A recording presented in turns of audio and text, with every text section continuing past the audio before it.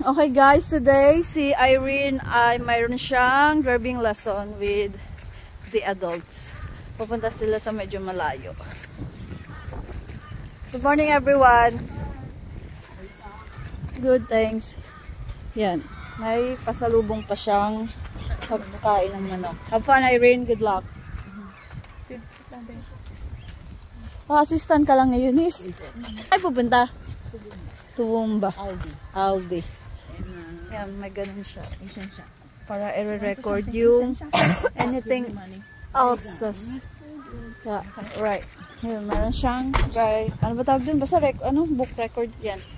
Ano natin siya mag-drive. May L-plate. Kailangan din pala may L-plate. Nakikita niyo po ba? Kaya may L-plate sa ito natin dito. Yan, kailangan naka L-plate.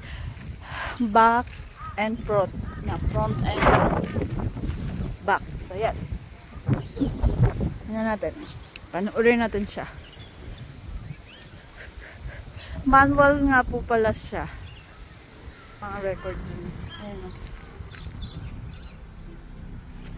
Gawa pa nila. Manual yung anak ko. Ako automatic.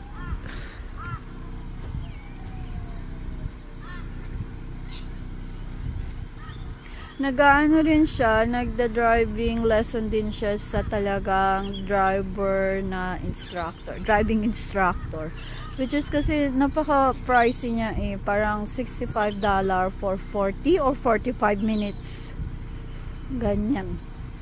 So, ito, pag sila lang nagtuturo, is free.